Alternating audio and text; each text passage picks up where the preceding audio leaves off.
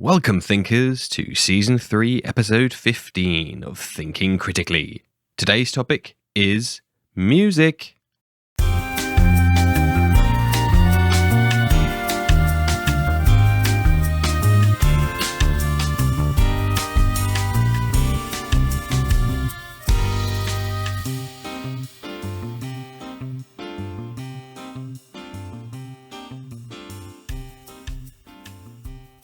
And today I'm joined by Stuart, also known as This Is Bardcore. Thank you ever so much for joining us today, Stuart. Can you tell us a little bit about yourself? Absolutely. My name's Stuart. I am a musician, content creator, I suppose, although I'm not particularly fond of that term. I make music. I make covers of music in a genre that's known as Bardcore. So essentially covers of popular songs in the style of a bard. But because I'm a ttrpg nerd, I put elements of fantasy and ttrpg into my songs. I'm also a composer, and I compose some ttrpg music and a podcaster as well. I take part in an actual play podcast. And mainly, I post bad jokes and dad jokes on Twitter. That's, I suppose, mainly what I do. That's your primary profession is bad dad jokes. Well, awesome. So today's topic is, appropriately enough, music. So what does that word mean to you in the D&D and wider TTRPG framework? Right, well, essentially, I got back into TTRPG like a lot of people did about 18 months ago, coming up to 2 years ago, when the world ended. Mm-hmm. And whenever I get back, I used to play D&D 30 years ago when I was a kid, but whenever I get into any kind of hobby, inevitably, I will find a way to put my expertise as a musician into there. So I studied music when I was younger. I make a living as a music teacher. I was a performer pre-pandemic. So I was looking at ways where I could transplant my musical skills into TTRPG. And I came across the genre of Bardcore, which was my first foray. And it's TTRPG adjacent rather than TTRPG music. But through that, I discovered a whole community of composers who were composing music for role-playing games. The industry around RPGs is, as well you know, is huge. The number of people that are creating content, that are creating tools, creating assets for others to use in their games is huge. So I came across this whole world of people that were creating music. Some of them were creating it, releasing it on Spotify. Others were releasing it via Patreon and other such platforms. Mm-hmm. And generally speaking, I was absolutely blown away by the quality of the music that these people were creating. I always consider myself a skilled musician. I've been doing this for a long time, but some of the people that I've come into contact, they're just unbelievable. We're talking cinematic quality music that's being produced by someone in their tiny home studio, and then they're putting this music out there for people to use, for either for free or for a small cost. Some absolutely phenomenal stuff. Now, in terms of how I feel it impacts TTRPG playing, I'm in a strange position of being a musician in the TTRPG sphere who hasn't really experienced a great deal of music within my playing life. Okay. So I will be playing my first in-person game of Pathfinder in 2 weeks' time. Right. And that will be the first time I've played in person for, like I say, for 30 years. Blimey. So I think that music in an in-person setting is absolutely vital. I can't think the idea of sitting in a silent room and just playing D&D or Pathfinder or whatever without any kind of music playing would seem really odd, because in what other situation do you get together with your mates and not have some you go to a bar, there's some background music. You go around to someone's house, you're having a chat, you put some music on. There's always something on in the background. So the idea of sitting and not having music in the background would be, I think, make it feel really awkward. Yeah. And then the flip side of that is, I did experience an in-person game, so it's slightly it's just a white lie to say that in 2 weeks' time is my first in-person game. A friend of mine ran a game for some kids. and we ran it in a bar food venue in Manchester, and they obviously play music because they're a social venue, and the music that they played was the type of music that they play in a bar on a Sunday afternoon. Absolutely not conducive to a fantasy environment, and it takes you out. It takes you out of the immersion in the game. So I can really see that having the music there is vital, and having the right music is vital. Yes. So having played online, there've been a few occasions where DMs that I've played with through the virtual tabletop have played some backing music. And sometimes, I'll be honest, sometimes I turn the volume of it right down because it can be quite intrusive. But other times, it absolutely adds to the experience. And I think probably more so because you're playing online. So if I can give an example, I'm currently playing in 2 long-term campaigns. One of them's a Curse of Strahd campaign. Yeah. I don't know whether you've ever played Strahd. I know that you prefer your homebrew stuff rather than pre-written modules. But I'm playing Strahd at the moment, and during one of our sessions, the DM played some ambient music that was happening in the game.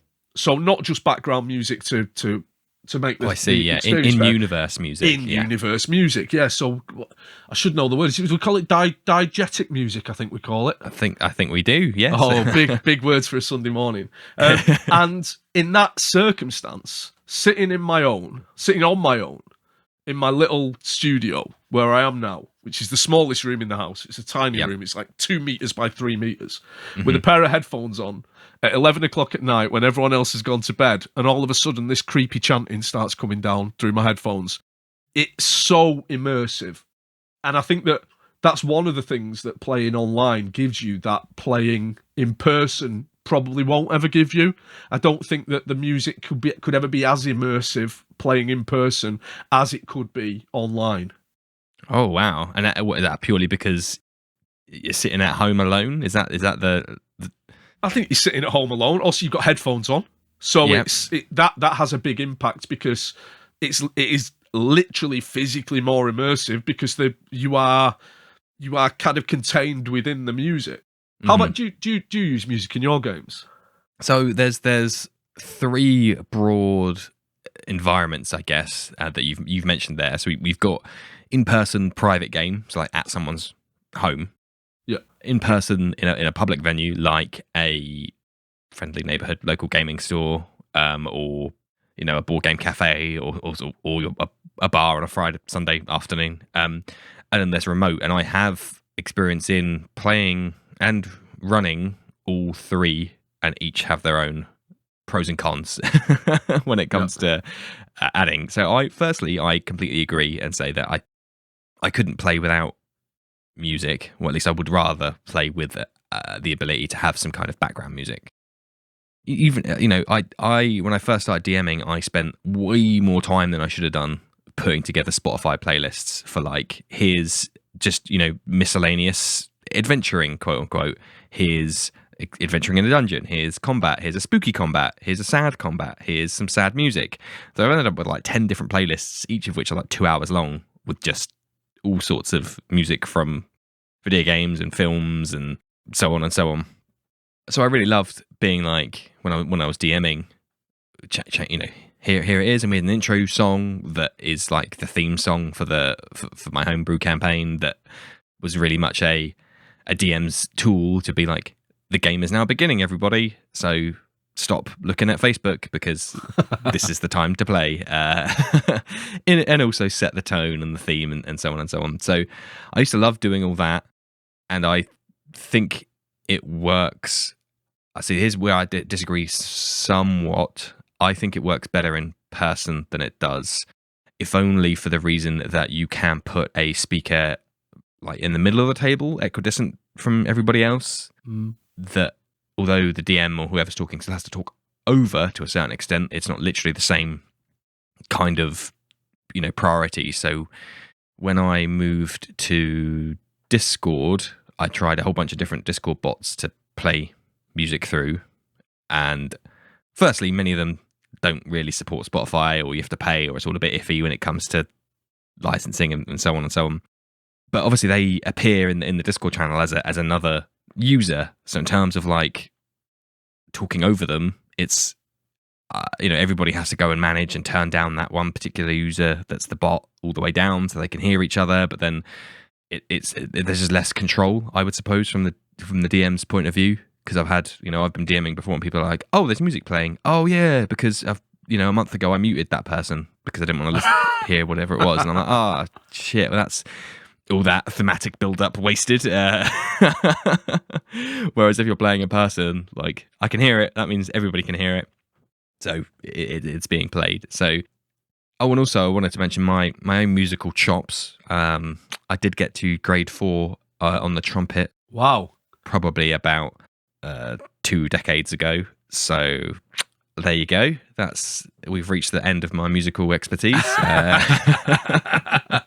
It's really interesting what you say, though, about using a piece of music in a live setting to set the tone. So yeah, I think that I'm not a DM by any stretch of the imagination. I have DM'd some games because I'm a creative person. So once I started playing, I had ideas for things that I would want to do. So I've DM'd, I've done bits of homebrew, and when you're DMing, I assume that everyone is like me. Okay, let's work on the basis that I'm making a huge assumption that everyone works in a similar way to me. So we look for inspiration in lots and lots of places. So we get inspiration from art, we get inspiration from film, from TV, from whatever, from comics, and from music.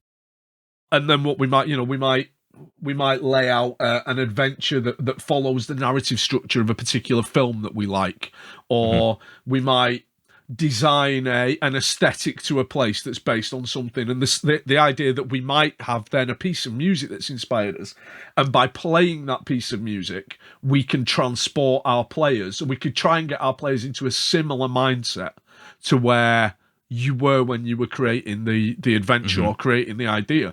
Because it's music, I think music, more so than any other art form, it's going to sound so pretentious now, music has got the ability to manipulate people's emotions more than any other thing.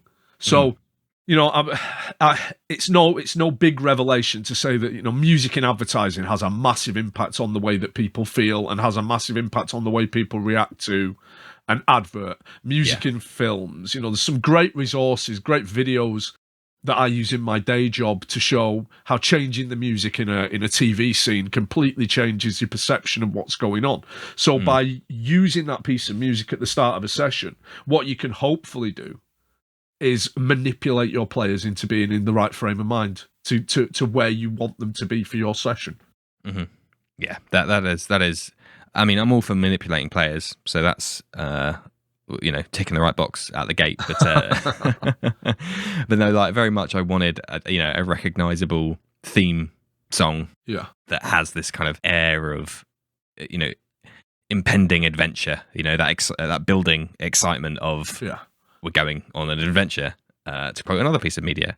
And so that has become very like tradition of the campaign. And then for a spell, when we first moved to remote, we didn't have it for a bit, which made me sad. And then I managed to find a way to bring it back in, and that was good again. And it was like feeling back at home. It's like, we're back now. This is the good times. But yeah, no, as I said, like, I had many playlists, and literally, one is called Sad, and because it's easy for me as a DM to go, an NPC's dying. I want this to be like a tearjerker. Boom, pop that on shuffle, and that's doing half the heavy lifting for me in terms of like emotion and role playing.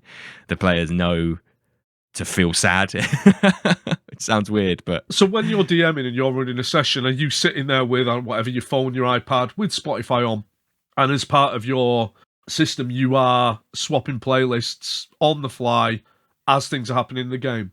Yeah. So I haven't done it in person for a long time, unfortunately, for various reasons. I won't bore you with the details. But back in the day, we had a huge table, which was great to fit all 7 of us around. And a Bluetooth speaker. I'd have my laptop open anyway, which had all my notes on. Yeah. Would just connect, the laptop and Spotify playing device to that Bluetooth speaker. And literally just had all my playlists there. Okay, double click. wait for it to start. Welcome back, adventurers, to my homebrew campaign. And then we'd talk through. And then if they were in combat, I'd go, right, where's the battle playlist? Double click. And then immediately it's like clashing of swords and exciting battle music from films that I know all of us know, like Lord of the Rings, recognizable music that not only the music in isolation conveys a certain feeling in a certain sense, but also the association with a piece of media, as you said, has like another layer of, oh, I remember this. It was from the Battle of Helm's Deep, which is sick. So I know exactly what the DM is trying to convey to me here. is what I hope had happened. But yeah, I'm sitting there, laptop on, and it is a case of just changing the Spotify playlist. Essentially, that's what I use. I'm sure everybody else can use their own music player of choice, but just in case it ends up on the BBC one day. The BBC Sounds player for all your TTRPG music needs. So yeah, no, I literally just sit there, and as I said, now they've kind of fallen into disuse because playing remotely, I haven't found an easy way to do it, via Discord. And in person, it was very little overhead. Just Spotify was always open anyway, so it was very little overhead on me as a DM to be like, okay, while they're all rolling initiative, I can just double click this other playlist because I'm not really doing anything else anyway while they're all rolling their d20s. Whereas now it's like I have to go into this chat window and copy and paste and make sure this is clear and can everyone turn it up properly and is it not too loud and oh god, it's not got permissions and all this other stuff. So for me, there is a huge divide between in person and remote, and also as you said, all the sound, both people talking, diegetic sound effects, and the music is all coming through typically headsets or earphones, so they're all kind of vying for the same space and the same attention, whereas in an open room you can kind of talk over it and turn it down for everybody and just pause it or whatever you need to do. There's just I have also turned down the music that a DM has been playing when I've been playing remotely, because I'm like, I don't really need this. Like, it's fine. I get it. I'll just let me just crank that down a little bit, which makes me feel horrible. That's saying it out loud now. After I just went through all that effort to being like, here's all the effort I made, and here's how important it is. But sometimes it is like I'd rather hear the people, and I don't really want to have to fight over the music to be able to hear them. All audio that's coming across the internet though is getting compressed. So you've got all the compression of the people's voices. You've got all the compression of the music. So everything just becomes a carpet of sound. Yeah, we're all kind of used to playing online and constantly, you go, talking over each other. There's so much kind of neurotic politeness involved in the playing online. Yeah. That the music can get in the way of that. So I imagine a majority of people that are playing online where the DM has found a way to play music to them, either through the virtual tabletop or Discord or whatever. I think the majority are probably turning it down, if not off. Mm-hmm. So don't feel bad about it. Don't feel bad. You're not a bad person for that reason, Dan. Just the hundreds of other reasons why. And of course, there's the third medium that we discussed, playing in person, which I have done at there's like a community-driven, not-for-profit place in the city that I live, and we played in there. And obviously, you're surrounded by 3-4 other tables, each playing their own TTRPG or board games or something.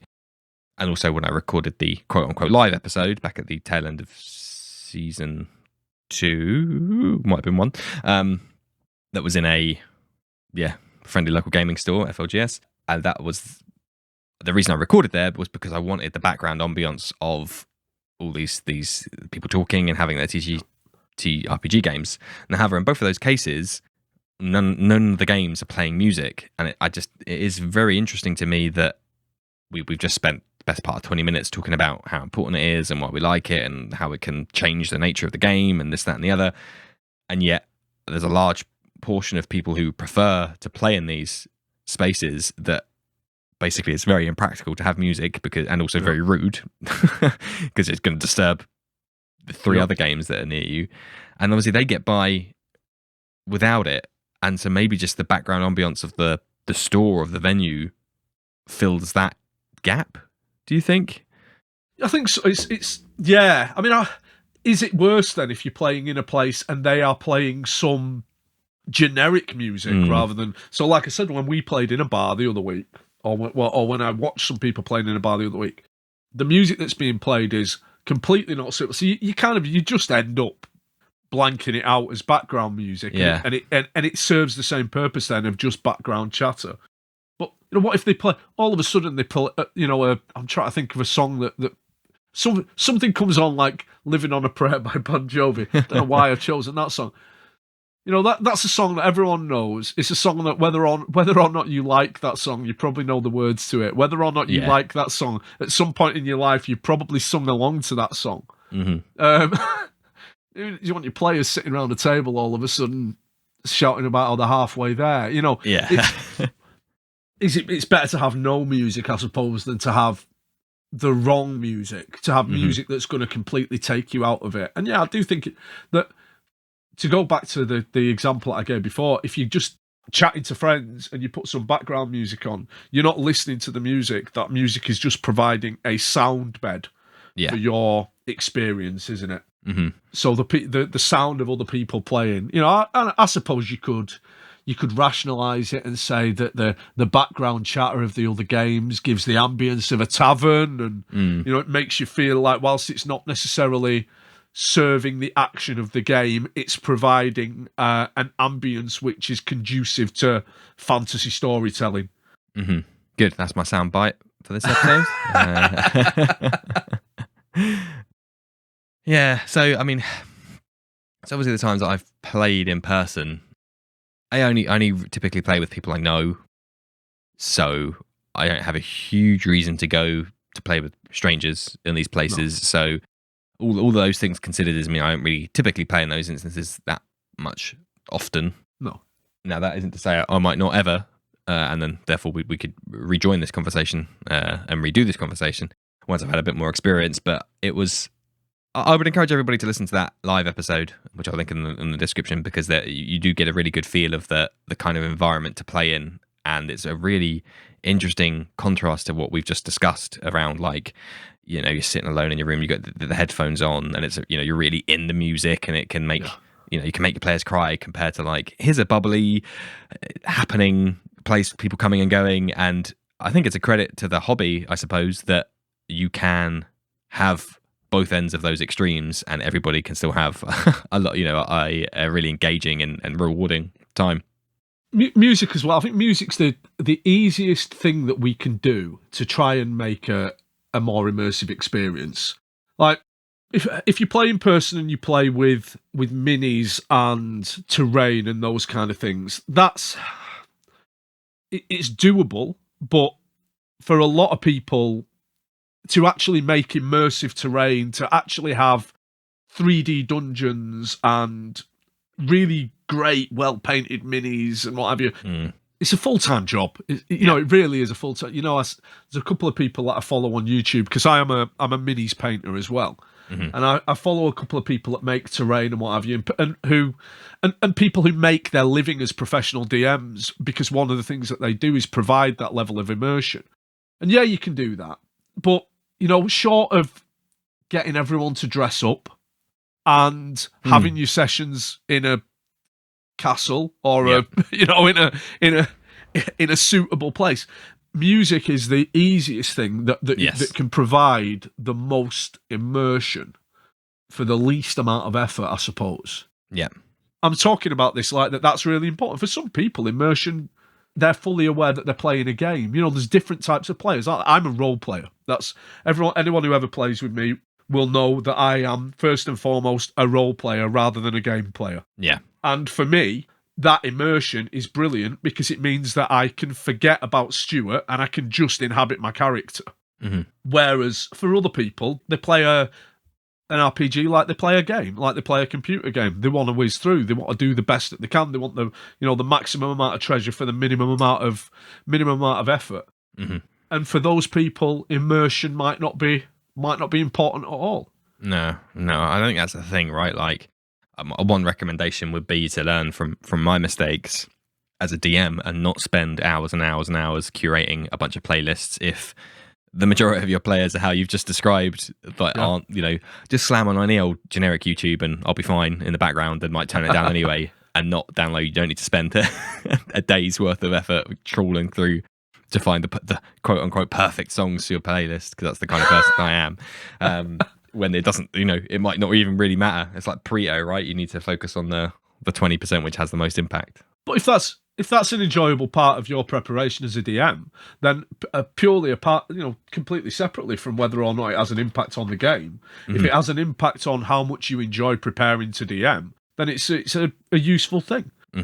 Does the searching for music and prepping those playlists actually have a positive impact on the way that you then prep your sessions? Because you've got things in mind. You're psyched about a particular piece of music, so you think about how that's going to impact on a combat, and you change. It can be so important for a DM as well. I mean, I won't mention any names, but I started a campaign a couple of 18 months ago with a DM that I'd never met. It was all online.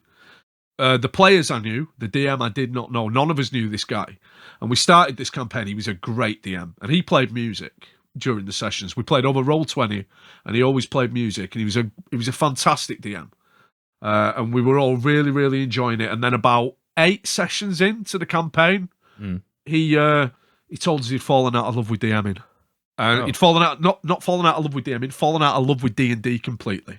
Oh, blimey. And didn't want to carry on, and we were like, seems really sudden, One of the things that he said to us then, he says he's tried reading, he's tried listening to music, he's tried all these different things to get himself back into it, because that for him, the music, that was all part of what was being a DM. And when he was struggling as a DM, when he wasn't enjoying the game anymore, he lent on music. He lent on things to try and inspire him back into him.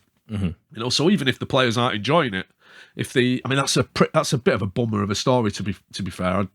When I started telling it, I hadn't really thought it through. But the fact that he then, in a time of DM crisis, he lent on the music, and it didn't work. he still gave up D&D, and to the best of my knowledge, he's completely out of the hobby, Jeez. But he did try. But on this occasion, the power of music was not enough. I think that's the end of the podcast. I've fallen out of love with D&D now anyway, so... Man, that is quite a ripcord pull from that DM there. Oh, it was horrifying, because us as players, you're like, is it us? Is it us? Because we were all reasonably inexperienced. I'd only been back playing for maybe 3 or 4 months when we started. Another couple of the players were from my other group. The other 2 were slightly more experienced, but not hugely so. And we're like, this was, we'd had messages talking about where our characters were going to go. We'd been planning things out behind the scenes with him, and then all of a sudden, rug pulled. Sorry, guys, you've made me hate the game. I hate you as well. Goodbye. I hope he doesn't listen to this. Oh. I'm going to pull off my mask, and it was me all along. This has all just been an elaborate 1.5-year setup to pull you out of the woodwork.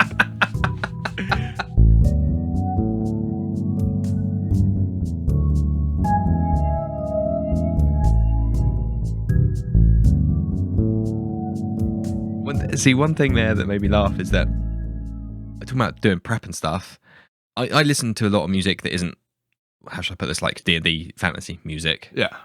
So when I'm doing my prep, I'll have music on that might well be K-pop, it might well be vaporwave, it'll be something that is very much not a fantasy. And now I'm thinking, like, why don't I, when I'm doing, writing these emotive little, session intros, or these montage intros, or these, trying to script a certain interaction with an NPC, why I'm having some self-reflection, some introspection now of like, why don't I listen to my emotive fantasy music? I'm such a hypocrite of being like, oh, it's so emotive and makes the players feel a certain way.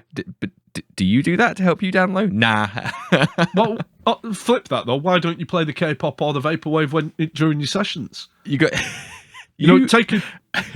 K-pop might be slightly problematic because I'm not my knowledge of K-pop is incredibly superficial. And I understand that there is breadth within the genre of K-pop, but to the uninitiated, there is an aesthetic. There is a sonic aesthetic to K-pop which doesn't necessarily suggest the suitability. Whereas something like vaporwave, you've got pieces of music that you'd be able to make a sad vaporwave playlist. You'd be able to make a high tension vaporwave play. There are things that you could do. I know some people it's fantasy. You don't want another composer I know, a guy called Ghost of Red Mountain. As soon as he hears an electric guitar in a piece of RPG music, he's out. It should be. It's either orchestral cinematic or it's strings and it's lutes and harps and Well, you might joke, but I did actually have a couple of playlists that I was gonna have as K-pop D&D playlists, and then I got through and was like, this is a stretch even for me here. this is probably not gonna work. Too many vocals, that's the problem. And that is a thing. Vocals in music, RPG music of any sort, I think vocals do take you out. Yeah, absolutely. And of course, it's replete with vocals. So there was no, and I'd be too busy, bopping along as well to concentrate on DM. But I was going to say, like, that other composer you mentioned, he would hate my games because all those Spotify playlists I said I put together are pulled from every corner of pop culture, including a lot of video game stuff. So I've got in there like Devil May Cry. Songs, and then songs from Bayonetta and Smash Bros and all that other kind of stuff. So when and then from you get Whiplash, you go from that, and then it is just like the Battle of Helm's Deep or something. But it's always all to me. It all tries to pull out the same emotions from the players. But obviously in those kind of songs there is a lot of electronic influence. Yeah. So I personally, I don't see there being an issue. I think that I like the idea of you listen to Hans Zimmer, for example. Yes. Hans Zimmer, whatever your opinion of Hans Zimmer, he's managed to meld traditional cinematic orchestral music with electronic elements, with modern production elements in a really good, seamless way. And I personally do. I like Hans Zimmer's work, or whether it's actually Hans Zimmer's work or whether it's one of his minions that does his work for him. But I like the things that are presented to us as the works of Hans Zimmer. And he does, he does mix things in. He does change things around. And I think that we are telling stories when we play games. Yeah. And certainly for me, the most common and the biggest impact storytelling medium of my life is film. So we're going to take inspiration from film music. And, that is where film music is at the moment. It's not the sweeping orchestral music of the, Hollywood in the 1940s. There's a huge breadth of cinematic music. And that is going to influence us, because that is where we're going to pull our preconceptions of what music for storytelling is. Yeah, absolutely. I think I've got some Inception and Interstellar on there, which at least one of those is Hans Zimmer. I haven't insulted anyone by assuming, but I'm pretty sure at least one of them is. So one burning question that I've had then, seeing as you said that you mainly play and you don't DM. Yeah. But being called This Is Bardcore and making your own music, what classes do you play? I'm trying to not lead the witness too much, but I have played. I haven't played every single class. I haven't been back for long enough to play every single class, even just in the last 18 months, 2 years. So including one shots and things like that. I do play a bard. Yeah, there it is. That's it. There we go. Yeah. But I also play, up until a week ago, I was playing a fighter, and then he died. Rest in peace. I've played more monks than I've played anything else. I do have a tendency to, when I need to roll up a character, to roll up a monk. I'm playing a wizard at the moment in Strahd. So I'm trying to spread it around a little bit. I've only ever played one bard, and I don't know what. And I play the bard that I play is in the podcast that I'm a character on, and I don't know what I would do if something happened to that character, because so much of my online presence, my brand or whatever, is around that. So on Twitter, my YouTube channel has my name as my character's name as the YouTube channel. You know, all my artwork, all my profile pictures are all the character artwork of my character, my bard character from this game. You know, if anything ever happened to him, I'd have to completely and utterly change my entire online persona. Do you think that character is an easier fit for you then as a fellow music creator? Like, is there more of you in that character than there is perhaps the other ones, do you think? Oh, problematically so. It's yeah. I mean, what happened? I think that it got very personal very, very quickly with that character. There's an awful lot in my character's story and in the depths of my character that is 100% just me. I would say he's marginally better looking than I am in real life, but it is very much. It's a lot of my. And the worst thing is that sometimes when the DM will play something against the character that plays into the insecurities of the character, which are also my insecurities as well. We had a battle of the bards once, and I didn't win, and I behaved fairly badly afterwards. An NPC called my character a talker, and I behaved very, very badly afterwards.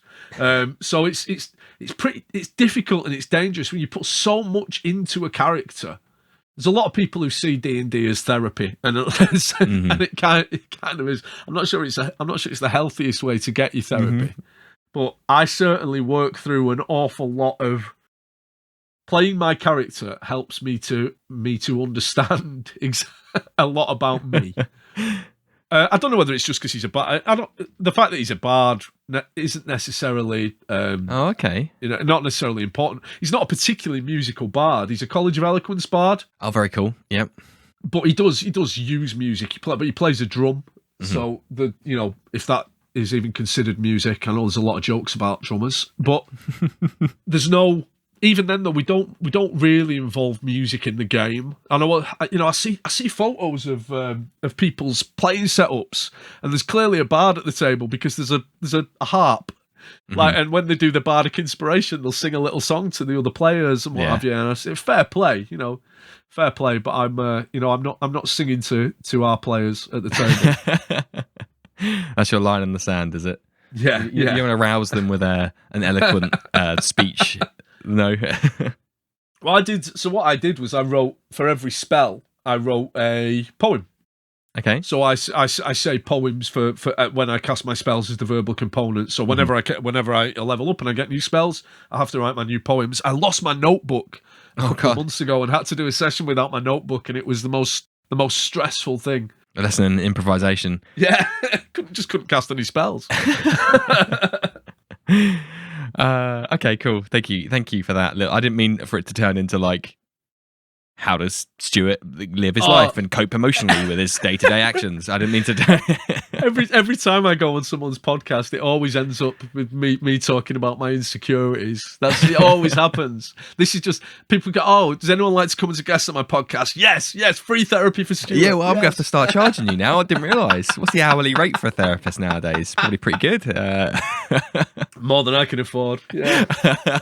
Well, then we will have to stop the podcast, I'm afraid. This for the second time this recording. Okay, so I did have a question that I was thinking about, mainly for the listeners, of course, around, obviously you opened with your little bio around Bardcore music. I don't know if I mean, please excuse my ignorance, whether that's a genre in of itself or if it's a subgenre or whatever, or if it's a style rather than a genre of music. But could you elaborate a little bit more on that then, and more about the specifics of what that means? Absolutely. So it was something that I had never ever heard of until the start of the pandemic, when one of my friends sent me a link to a YouTube video. And a few years ago, I'd had an idea that what if I took modern songs, rewrote the lyrics to make them kind of 1920s and recorded. So my idea was, take, for example, Skater Boy by Avril Lavigne, random song number 2 off the top of my head. Rewrite the lyrics as a very kind of genteel 1920s and record a kind of 1920s jazz, ragtime, stride piano accompaniment and sing in a 1920s voice over the top of it, make it sound old, put it on YouTube and go, oh my God, I can't believe Avril Lavigne got away with this. You know, she's stolen this song from the 1920s. I thought that'd be an interesting, like a funny thing to do, is it, like record these spoof versions and pretend that modern songs were actually covers of these old songs. And then the genre of bardcore was brought to my attention. And some of the stuff that I saw early doors was pretty naff. So, do you know what MIDI is? I was in the music sound input output. Absolutely. So music instrument digital interface. So what you can do is you can get a MIDI file of a song, which is all of the different instrumental lines, but as data, and you can put that then into your software, and you can choose what instruments they are. And some of them were literally where they've got a MIDI file of a song and they've put it on a dulcimer MIDI patch. And you listen to the song and it's just a naff computerized instrumental with a generic medieval sound on it. And then there were a few that were really, really good. So the biggest name in the, I mean, it is a genre, but it's very, very niche. The biggest name is an artist called Hildegard von Blingin. Okay. So it's a pun on, there was a musician in the medieval age who was a nun, and she was Hildegard von Bingen. And Hildegard von Blingin did a cover of Pumped Up Kicks, where she'd rewritten the lyrics to make them medieval. So she'd put medieval terminology in, and then the music had all been rewritten to make it sound medieval. Yeah. And it was substantially better than a lot of the other stuff that I'd seen, which was just fairly naff MIDI production. Through a filter of like ye old music now. Absolutely. So I thought I could do this. I was working from home, so I had extra time. I'd gained travel time and what have you, and it was something that I could do to give me a bit of an outlet and something fun to do. So I thought, right, I'll rewrite a song, and I sat down and I wrote. The very first one I did was "Don't Stop Believing" by Journey. So I sat and I did a bit of research, and I pulled up some medieval and some old English glossaries and saw what I could feasibly do, and rewrote the lyrics to "Don't Stop Believing," and then sat down and got out some instruments. Now, I don't know about you, but I don't have medieval instruments sitting around in my house. But what you don't? I do have a lot. That's weird. Well, I do now actually. But what I do have are instruments. So what I thought was one thing that would help me was that a lot of the music that was out there was all electronically done, and some of it was done very, very well, but it was MIDI. Whereas I play instruments, so I got a classical guitar and I played that as if it was a lute. I used a little drum. I went and bought myself a tin whistle and just tried, it was ukuleles and mandolins and things that I had around. So I recorded this music. So yeah, it is basically, it's music, songs rewritten in a medieval style. A lot of it is just instrumental. There are a fair few people that do the vocal stuff as well. And at the time I thought, right, this is it. I'd got in when I first discovered it, and I put out my first song. I think this maybe 2 or 3 months into this trend, And it was a pretty niche trend, but a fairly large niche. You know, Hildegard von Blingin, when she brings out a track, she's getting over 1 million views on YouTube. You know, there have been articles written about this. Yeah. And I thought, right, I'm in early doors. I believe that my stuff that I do is objectively some of the better stuff that's out there.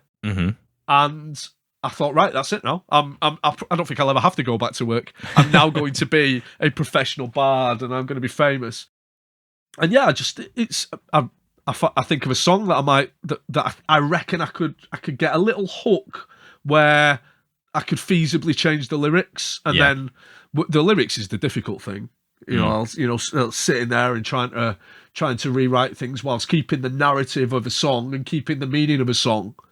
A lot of hip hop songs are fantastic for it because they've got really good narratives. You know, I did a cover of 99 Problems by Jay-Z for scoring 19 worries, but they're so wordy. Like, oh, this song will be brilliant. Like, I've been thinking I might do Vanilla Ice, Ice Ice Baby. Yes, please. Really kind of evergreen song. Everyone knows it. But just, you know, you Google Ice Ice Baby lyrics. Not that I need to, because I know them off by heart. But when you Google them, it's like 3 pages of lyrics. And I look at that and I'm going, oh, that's 6 hours of work probably just to write the lyrics. Yeah, it's covers of modern songs in a medieval style. But I try and put little bits in there, so there might be references to a D&D monster, there might be references to a spell, there might be I changed Africa by Toto to Ravnica, which works really, lucky for you, that works really well off the time. So yeah, it's good fun. I've slowed my output has slowed down massively because I haven't got the same amount of free time, and I've been doing other musical endeavors within the RPG space as well. But yeah, I'm still putting out Bardcore music and releasing that on YouTube and Spotify and all over the place. Now you mention it, I think I do have an instrumental, I guess what would be considered Bardcore in one of my playlists, funny enough, that one of the players said, oh, was this that song? I'm like, yes, it is, kind of. Quite a few people have approached me and have I get a lot of comments of people saying, oh, I'm going to use this in my game. I'm going to use this when my players are in a tavern. I'm going to use this for, I've got a player that does this. This song is perfect, you know. So I think there are quite a lot of people that use maybe the instrumental stuff more so than the vocal stuff, because I think vocals are problematic. As we said, yeah. Yeah, I wanted to say earlier on that you said, you'd made it big and quit your day job, and I have to say, well, clearly that's failed because you're here talking to me. It's again though, that's managing expectations. I think everyone who starts doing any kind of creative pursuit, even though I'm not doing it for money, I'm not doing it for fame, but you would like to think that you will have some kind of level of success, and I have had a level of success.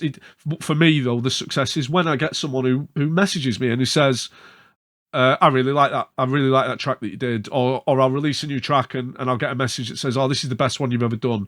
Or I'll get some really nice comments, or someone will share something I've done on Reddit or where have you. And it'll get back to me that people are appreciating what I'm doing, because otherwise I'm just a guy sitting in a 3 meter by 2 meter room singing in a posh voice whilst I pretend that my acoustic guitar is a lute, which, if you break it down to that, is essentially a midlife crisis at best and a nervous breakdown at worst.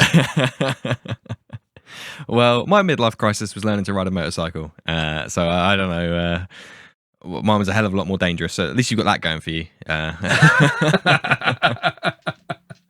I wanted to add on that, and obviously I don't make music, but I make this podcast, and a lot of it, I was thinking then when you were talking that, I think when everybody starts in any creative endeavor, there is that, I want it, obviously it's human nature to be like, I want to reach as many people as possible, because as you said, I think what I do is good. So you want to kind of increase the amount of people that can consume good content.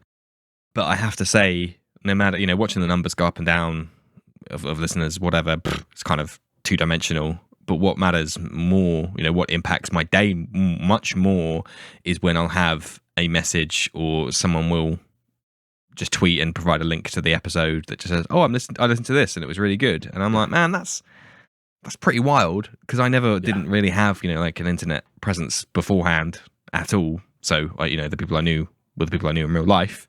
So to go from that to like some person across the Atlantic has messaged me or referenced me in some way to say I've increased the happiness of their day. That's mad. That's bonkers. Yeah, it is. And when you think, I mean, I get messages. I'm in various different kind of group chats and what have you, and I've had messages from friends of mine who said, "Have you listened to Dan Lowe's latest show?" Mm-hmm. It's people. The idea that there are people who might just be talking about, and you don't even know about it, but someone on any given week is probably mentioning you to one of their mates, and like that's mind blowing. Like recently, you did an episode with John from Tale of the Manticore. Oh yeah, I've got a Tale of the Manticore channel in my Discord where me and my mates talk about what's happening in Tale of the Manticore because we're so invested in it. And John he's just a normal bloke like you or I who puts out content. Yet there are people, who are so invested in his storytelling and his podcast that they're just completely separate from him, talking about his characters. There are people that will be doing that for your podcast. There are people that do that for my podcast, and that's an incredible level of success when you think about it. That you are impacting people's life even when they are not directly consuming your media. It's pretty cool. Yeah, absolutely. And thank you for providing that reference. For those listening, you can go and listen to the episode with John from Tale of the Manticore. I think the episode is Story, off the top of my head, which I believe is the opener to this season, which was a really, really, really good episode. I mean, they all are, but that one had a certain je ne sais quoi, shall we say. This one sucks with Stuart. Don't listen to this one. 55 minutes in. Stop listening to this. This is bad. To the two people that have made it this far, of course. I'm joking. Of course. Well, on that note, is there anything that you wanted to talk about our music that we haven't got round to yet? Well, interestingly, one of the things that I thought about when I was coming on was the idea of music in podcasts. So I don't listen to many ttrpg podcasts, despite being a cast member on one. I listen to bits and bobs, and the one that has absolutely gripped me is Tale of the Manticore. And I think that John's use of music in Tale of the Manticore is really, really good. So we don't have any music on my show on Dice and Desire. The only music we have are intro songs, which I record as a recap at the start of the episode. Then there is no incidental music, no music bed. It's just dry audio. Because for me, the idea of putting music on the podcast, I would want to be composing original music for the pod to go out every week. I'd want to be scoring it like a film, and I can't do that. It'd be a full-time job for me to score the podcast as a film. So when I first started listening to Tale of the Manticore, what struck me was the way that John treats the music more like a computer game than like a movie. And I think that that's the way to go. So by that, I mean, he, rather than having specific music for specific things, although he does sometimes drop, new things in for a particular character or a particular event, but generally speaking, he's got a little library of music that he uses, which you then become familiar with. And the music becomes almost a character in its own right. And that's more akin to the way music is in computer games. You think about, there are essentially two types of music that are used in computer games. One is something called horizontal resequencing, which is the idea that as something changes in the game, you just switch to a different loop of music. So an example of that would be something like Mario Kart. You're driving around, you've got the music, you pick up the star, and it's and it just shifts. The other type of music is a linear loop, which is just a great big long loop of music, background music that doesn't get impacted by the action. So a lot of games, a lot of combat games, you've got other sounds, but the music itself is just background music that doesn't change. And I think that that's one of the things that John does really well. and it struck me as being a different approach to the way that I would have done it. And I think if I was going back to the start and starting my podcast again, that is what I would do. I would have a little library of music, and it's the same way that you describe, really, the way that you use music when you're DMing in person. You don't think, right, I'm at this point we're going to have this piece of music, because you've got a playlist and you put it on. So that's something that I have learned from consuming other people's media, that if I could go back and start our podcast again, I think I'd like to do. I think it'd be weird if I all of a sudden started chucking music in it now. You know, we're 69 episodes deep into the AP now, so it'd be very odd if all of a sudden episode 70 the production value changed completely. You just got to do it slowly, just like half a song every episode until you've built up. like building up your tolerance to a poison. Just have a little bit at a time. Yep. And no one will notice, and it'll work great, and then you'll be half as good as Tale of Manticore. I do love that show. I'm obsessed. I'm properly obsessed with Tale of Manticore. I really am. It's a fantastic show. Awesome. So I think that pretty much brings us to the end of today's discussion. But as always, there's definitely more to be said. I feel like I haven't mined your experience and expertise enough, probably because of my own lack thereof. But such is life. So is there anything you would like to promote? Yeah, absolutely. So people can find me pretending to be a bard, an actual bard pretending to be a bard, on the Dice and Desire podcast. That's my kind of main home. Incredibly proud of our podcast. We are chalk and cheese with Manticore, really. We're very silly, but we've got a great bunch of players. We get some really great feedback from people that listen to the show, so people can find us, Dice and Desire. We're everywhere that podcasts are. I'm on YouTube at Dweezil Van Zafir, which is an absolute pain to spell. So it's probably best that people just find me on Twitter at This Is Bardcore, and then my links are all through there. I'm on Spotify and everywhere else under the artist name This Is Bardcore. It's stylized as all one word. I've got one thing that I would like to kind of briefly... I've got like a spoiler, but an exclusive for you, if I may. Yes, Dan. please. So I am currently working with a couple of very, very talented people. One of them is a friend of the show, Mike Hibbert. Oh, yep. So I'm working with Mike and a guy called Ross, who's a fantastic artist, and we are going to be publishing our very first game. I'll say soon, but the word soon is how long is a piece of string.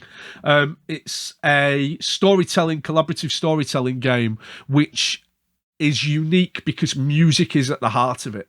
Okay. So as part of our game, when you play the game, you pick an album or a playlist of songs, and that album or that playlist of songs help to mold the storytelling in the game.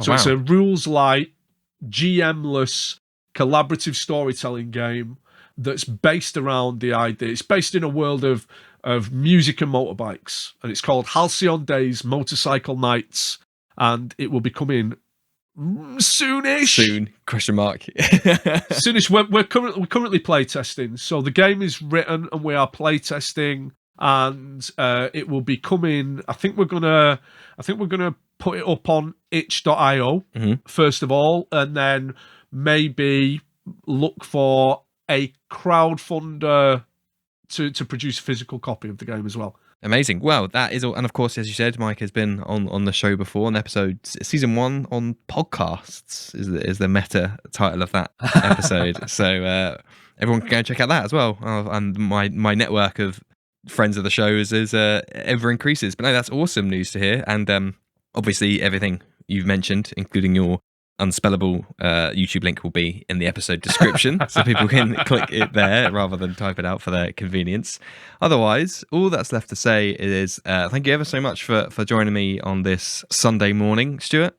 Well, thanks for having me, man. It's been a really, really nice way to stay out of the rain for an hour. And there's like 70 hours of content if you want me to keep you company if you have to go out in the rain. Absolutely. So, otherwise, thanks to everyone for listening at home. As usual, everything will be in the episode description. So please do check out all of Stuart's stuffs and Dice and Desire. Not Dice and Desire, as a joke I've made previously on Twitter, which was a career highlight of mine, I have to say. But no, please do check it all out. Otherwise, thank you all for listening, and good night. And now it's time for the Patreon shout-outs. Huge thank you to a great friend of the show, Matthew Perkins, who's out there making hilarious and educational Dungeons & Dragons content. Please go and check out his stuff at matthewperkins.net, where you can find links to all of his socials and all of his content, including his own Patreon, which I would very much encourage you to check out. Thank you to Matt Street, at mpstreet88 on Twitter, for supporting the show. If you need support running your personal or business schedule, head to virtualtimehustle.com or on Instagram to make that difference between should do and done. Boss it better with support from Kat, who will help you get back that essential time you've been searching for. If you would like to support what we do and get 4 shout-outs a month, head over to patreon.com/thinkingcritically, or you can just buy me a coffee at ko-fi.com/thinkingcritically,